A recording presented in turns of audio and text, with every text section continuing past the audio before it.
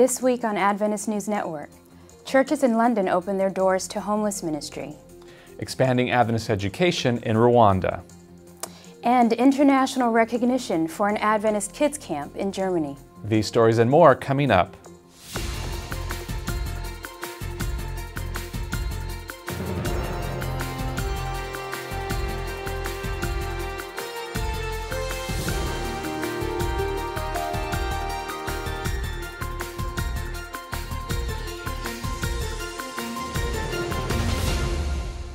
This is Adventist News Network, a service of the Seventh-day Adventist World Church. Thanks for joining us this week. First in the news, an interfaith group in the United Kingdom is wrapping up a project that feeds and shelters the homeless community during cold winter months. Wimbledon International Adventist Church is one of the latest churches to partner with Faith in Action. Nearby Willesden Adventist Church has participated since 2010, operating the Brett Winter Night Shelter in North London. Churches involved in the project take turns providing area homeless with dinner, fellowship, overnight shelter, and breakfast the next morning. Guests enjoy games and conversation during the evening. The project is creating opportunities for ministry too. Some guests have asked why Adventists worship on Saturday, or what makes the church different from other denominations. Project leaders say working with other faith groups in the community has highlighted a common goal. Romania has weathered a tough winter season this year. Adventist Development and Relief Agency volunteers there are reporting that hundreds of local villages were completely cut off by heavy snowfalls across the region. They say roads were blocked by up to 3 meters, or nearly 10 feet of snow in some places. ADRA volunteers helped distribute food and drinking water to residents stranded in many of these remote villages. Later, volunteers returned to help dig out dozens of communities buried in snow. ADRA officials in Romania say they'll continue to monitor the situation in the coming months as warmer weather and melting snow threaten widespread flooding. Adventist World Church President Ted Wilson says church members in Rwanda are committed to bringing unity and reconciliation to their country. The top church leader visited Rwanda recently during a tour of Eastern and Central Africa. Wilson says he was impressed by the spirit of harmony he observed in Rwanda. While in Rwanda, Wilson and the country's prime minister laid the foundation stone for an expansion of the Adventist University of Central Africa. Wilson says the new School of Science and Technology in Kigali will help advance God's work in the region. An Adventist youth camp in Germany is being recognized as a United Nations World Decade Project. The global initiative affirms educational programs helping to create sustainability by giving kids the values, knowledge, and skills they need to shape the future. Kids Camp is sponsored by the Berlin Central German Conference and teaches tolerance, care for society, and conservation. Children's Ministries Director for the Church in Europe, Elsa Cosi, says she hopes other church-run camps can apply the principles used at Kids Camp. Church plants in the Netherlands are supporting membership growth in the country. 4 of the plants are now moving to establish official Seventh-day Adventist churches. This isn't the first time small groups of believers have taken root in the Netherlands. In fact, dozens of church plants have sprung up since 2000. But where most previous church plants have catered to immigrant communities, the 4 new plants draw members from outside the Dutch Caribbean culture. Church leaders are saying these communities of believers are connecting with the Netherlands' postmodern secular culture. Adventists are remembering Francis Soper, longtime editor of Listen magazine, who died recently at age 93. At the helm of the church's temperance magazine for 30 years, Soper advocated a drug-free lifestyle and profiled celebrities who promoted the cause. He interviewed entertainers and athletes, ranging from singer Johnny Cash to Olympic figure skater Peggy Fleming. For decades, Listen magazine was the church's public voice of drug and alcohol prevention in the community. Colleagues remember Soper as an iconic editor determined to make Listen a dynamic, influential magazine. Science Publishing Company is distributing Adventist author Clifford Goldstein's first play. Goldstein is best known for editing the church's adult Bible study guides, authoring numerous books, and writing a monthly column for Adventist Review magazine. Goldstein says he hopes the play drives home some deep questions about the meaning of life. The play is meant for a secular audience and focuses on conversations between 2 men on death row. The book, titled Shadow Men, is available at Adventist book centers and online at adventistbookcenter.com. We're getting reports this week that the church in Inter-America recently hosted nearly 100,000 evangelistic events. The outreach programs are part of the region's efforts to promote the church's revival and Reformation initiative. Church leaders in Inter-America have already led region-wide events focusing on prayer and Bible study.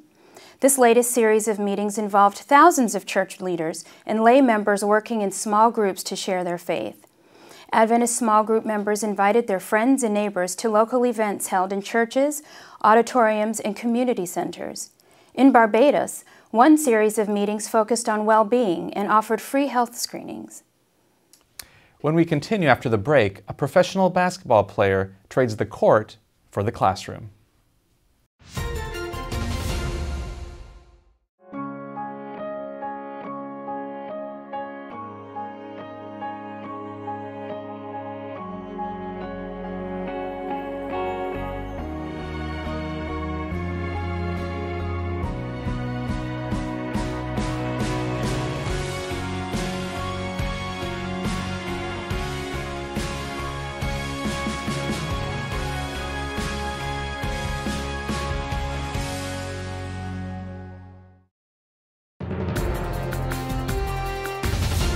Welcome back. Here's Walona Karamabadi with a preview of this week's edition of Adventist Review. This week in Adventist Review, we bring you the story of Grace Daly, a gifted basketball player who changed direction to use her talents in God's service. Author Robin Irwin gives us practical tips for keeping our cool in tense meetings. Think finance committees or church board. You'll want to read that one for sure. And we have another great installment from the column Introducing the Why by young adult columnist Jimmy Phillips. You can find these stories and much, much more by going to www.adventistreview.org. And while there, be sure to visit our archives to browse through past issues as well. For our Meet a Missionary feature this week, Tanya Holland sat down with Adventist volunteer Jemima Oriosa.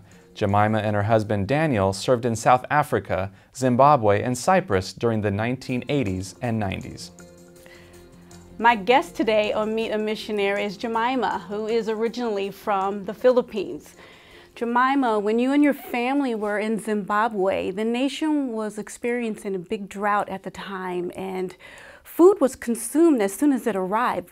Tell us, what was that like when you delivered a big truckload of grain? It was an amazing experience and one we'll never forget. I remember that early morning. We started 4 o'clock because it takes us 4 hours to go to this very remote place where people are starving. When we got there, we were surprised to see hundreds of people waiting for us. They were so happy to see this big, huge truck full of maize. But when we started giving the food, we realized that we miscalculated the number of people. And it is scary. And so the director right away signaled my 2 girls, go and sing, and my kids started to sing songs, and it diverted the attention of the people. And as soon as the people were diverted, the director called us, go, hop into the bus. And we all hopped in the bus, grabbed our kids, and left the place. When in the bus, the director told my girls, you just saved our lives. Oh my. It is amazing to serve, and yet to serve daringly. If you are wondering what type of person becomes a missionary, it's really quite simple. All it takes is any person who's willing to adapt to a different environment, and everyone who goes comes back changed person. Learn more by visiting our website at adventistvolunteers.org. Now let's turn to Megan Bronner for this week's Adventist social media highlights.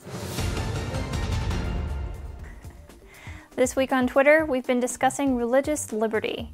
We asked why it's so important that the Adventist Church continue to support religious freedom around the world. Here are some of your responses. Everall 2 says Adventists should support liberty because God made us to be free and doesn't force us to do anything because He respects our free will. Jarib 20 says religious freedom is a human right and we must support freedom of assembly. Hans Snyman says that mixing church and state take away God-given liberties. T13 Karn agrees that church and state must be separate, saying that without freedom there will be no way to share God's message. Galloping Salmon says that Jesus supported religious freedom while he was on earth. In other social media news, the Adventist Church Twitter account is trying to hit 10,000 followers by March 10. If you're a fan, head to their Twitter account to join their campaign. Also, we've updated the look of our ANN Facebook profile, so head to facebook.com/Adventist News to check that out. Don't forget to like your favorite photos while you're there, because we'll be using your pics for our timeline image of the week. Despite the global economic downturn, Adventists worldwide continue to return faithful tithes and offerings. As Erika Pooney explains, stewardship educators are playing a key role. During the annual council meetings of the World Adventist Church in October last year, the Treasurer's report confirmed that every Sabbath during 2010, Adventist members put in the equivalent of $40 million in tithe and offerings worldwide, taking the total income of the church to $2 billion. This level of faithfulness would indicate that people are committed and willing to give to the Lord even in turbulent economic times. This is a miracle of God's doing. As Director of the Stewardship Ministry Department for the World Adventist Church, I am privileged to work with an international team of stewardship educators. These educators play a crucial role in the kind of sacrificial giving that our members demonstrate. Ted Wilson, President of the World Adventist Church, affirmed this recognition and emphasized the importance of appointing stewardship educators in every region of the church. These educators underscore God as the loving creator and owner of all resources, and they encourage us to return the Lord's tithe and give offerings of gratitude, thereby supporting the mission of the church. I'd like to express my personal gratitude towards each faithful steward and each stewardship educator in the Worldwide Adventist Church. Still ahead on Adventist News Network, Canada lifts broadcast restrictions on religious programming. But up next, this week's Tech Corner.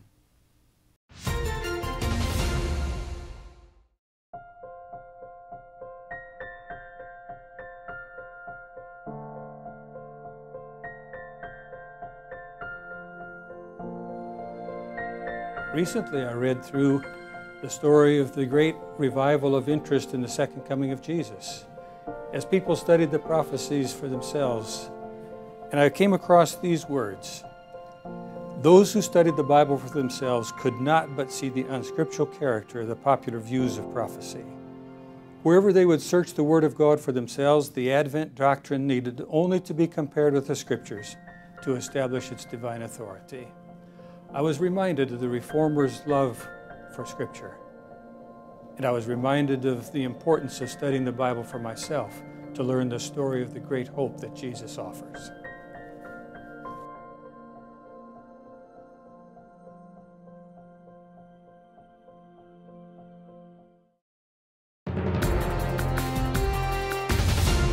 Welcome back.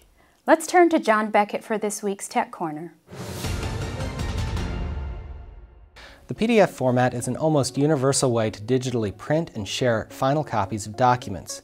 The reason is that when you send a PDF, it will show on screen and print exactly as expected.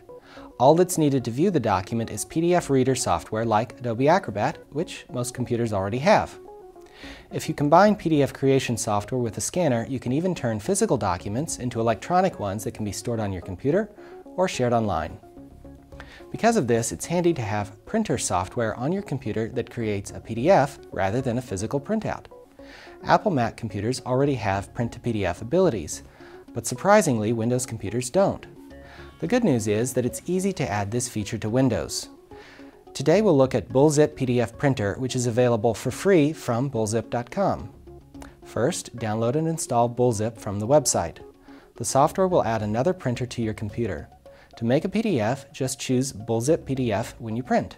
The software will then open up and let you pick a few options that deal with the quality versus size. If you want more quality, the size of the document will be larger. Now, choose where you want to save the PDF file. Keep in mind that PDFs are like digital printouts, so if someone else needs to modify the document, you should send the original instead. To learn more, visit bullzip.com. Following years of restricting religious programming, media regulators in Canada have approved broadcast of the Adventist Church's official television network. Carmen McMurdy has more. We have just experienced a 5-year miracle. For 5 years we have worked and prayed, and God has answered. On Monday, January 22nd, the CRTC, which is the Canadian equivalent of the FCC in the USA, announced Hope Channel is now approved for any cable and satellite distribution in Canada. Under Canadian regulations, any channel that is not headquartered in Canada must have the CRTC approval before Canadian cable and satellite companies are allowed to broadcast. Canada has a very recent history of being very restrictive in broadcasting religious programming. It is a huge miracle we have been approved. Now it will be possible for our churches all across Canada to contact their local cable companies requesting they include Hope Channel in their channel lineup. For 5 years, Pastor Stan Jensen from British Columbia worked tirelessly on this project, and with the blessing of God, Hope Channel is officially approved for this of cable distribution across Canada. We are praying that similar distribution miracles will occur in the United States as well. Church technology professionals are headed to Hong Kong this year for the church's Global Adventist Internet Network Conference. We asked Andrew King to preview this year's theme and goals. The Global Adventist Internet Network, or GAIN, G-A-I-N, aims to foster the mission of the Seventh-day Adventist Church through the creative use of Internet technology. GAIN is an annual event held in a different location around the world each year. This year, we are meeting for 5 days in Hong Kong, China, between May 23 and May 27. Most people who attend the event are church communicators, but anyone with a passion for the creative use of Internet technology in relation to the mission of the church is encouraged to attend. You can visit gain.adventist.org to find information about registering for the event and other details about attending. GAIN allows us to come together and share what we have learned, as well as to be inspired by other people's ideas. This year, our theme is Web Nation, distinct, divergent, and dynamic. We know there are many challenges communicating with others across languages, cultures, and people groups, and so we want to work together to learn how to best succeed in this environment. This public forum will give you the opportunity to meet with others who share your passion from around the world, discuss what you have learned, and hopefully be inspired by others. If you're interested in attending, just visit gain.adventist.org to find out all the details. Ministry Magazine is one of the church's most widely distributed publications. Now an online version will reach an even more diverse audience. John Fieser explains. Ministry Magazine is a publication of the General Conference Ministerial Association. Has been published since 1928 on a monthly basis and goes to 60,000 pastors of other denominations and to 18,000 Adventists. In 2008, we started converting all of our past issues online from PDF format into individual web pages for each article, which makes it quicker to search and easier to search through by author, by subject, and also just to view by date published in our archives. And we also created a responsive layout for the site, which will automatically adjust to the screen size of whatever visitor is viewing. So it could be a small iPhone, Android device, iPad, all the way up to a large monitor. And that has helped to increase our web traffic from just 30 visitors a day 4 years ago to over 900 now. And you can check all of this out at ministrymagazine.org. When we come back, a youth church in Mexico runs a community health fair. And later in the program, think, listen, and pray. That's advice one ministry is giving church members, and we'll tell you why.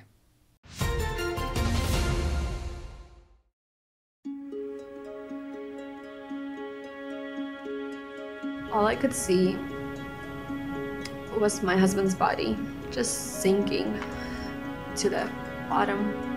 That day, I will never forget. And that prayer was the hardest prayer I've ever said in my life.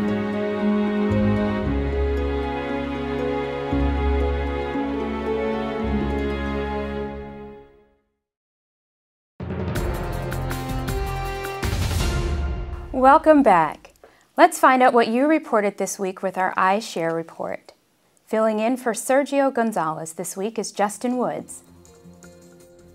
Welcome to iShare, where you bring the news to us. Today we have an update on Berties Foundation located in Monterrey, Mexico. Last time we heard from Berties, they were ministering to the elderly in their community. This time, Berties members offered free medical consultations, including eye exams, dental checkups, and even haircuts. Here's a video of their latest event.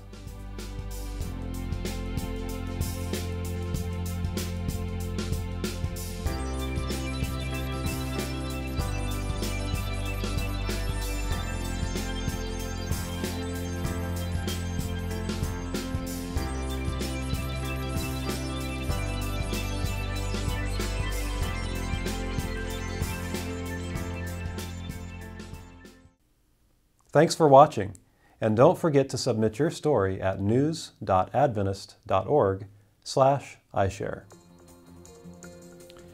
For church members who are considering military service, Adventist Chaplaincy Services provides free resources to support informed decision-making. Gary Council explains. The military services offer many advantages to those young people and others who are considering enlisting. But they also offer challenges for people of faith, particularly for Seventh-day Adventists. Challenges such as lifestyle, challenges such as using and bearing weapons, such as our observance of holy days and Sabbath for Adventists, and diet. Adventist Chaplaincy Ministries has produced some items that may help in your decision whether you should voluntarily enlist or not. One of those is a DVD asking you to think, listen, and pray before you raise your hand and swear to defend. A second item is a booklet that has recently been published entitled Seventh-day Adventists in Military-Related Service. Both of these are available to you free. Just request them by going online to the website for ACM and at www.nad.adventistchaplains.org, and we will promptly send them out. Thank you. Now let's turn to David Trim for a look at Adventist history.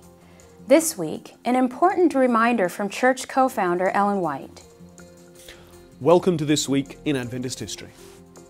On March 7 in 1908, Ellen White, preaching to workers in Oakland, California, stressed the need, quote, to study carefully the book of Revelation. She was concerned that Adventists did not lose their passion for the apocalyptic prophecies of Scripture, a concern that is still justified today. On March 6 in 1903, Uriah Smith passed away, age 70. Smith had been one of the half-dozen most important leaders of the Seventh-day Adventist Church in its early decades, and he has a good claim to be regarded as one of the denomination's co-founders. He is the longest-serving secretary of the General Conference, having held the office on 4 separate occasions, also a record, for a total of 21 years. He was editor of the Review and Herald for 34 years, and his books on the prophecies of Daniel and Revelation were widely read in his lifetime and are still in print. As a result, Smith was one of the most significant influences on Seventh-day Adventist theology. He was not without flaws. He did not accept the truth of the Trinity, and he denied the full Godhead of Jesus. He had a temper, and in the late 1860s and early 1870s, he had a series of furious clashes with James White and with J.N. Andrews, which were only resolved through Ellen White's mediation. Nevertheless, his commitment to the great Second Advent movement was absolute. Uriah Smith gave his life to our church, and without his contributions, it would probably be very different today. We should honor his life, which ended this week, 109 years ago. Thanks for watching Adventist News Network. Join us next week for more news from the headquarters of the Seventh-day Adventist Church. In the meantime, check out our newly redesigned Facebook page. You can connect with other Adventists worldwide and find links to all of our stories, photos, and videos. Just visit Facebook/Adventist News. And as always, you can visit news.adventist.org for daily news and videos. Until next week, God bless.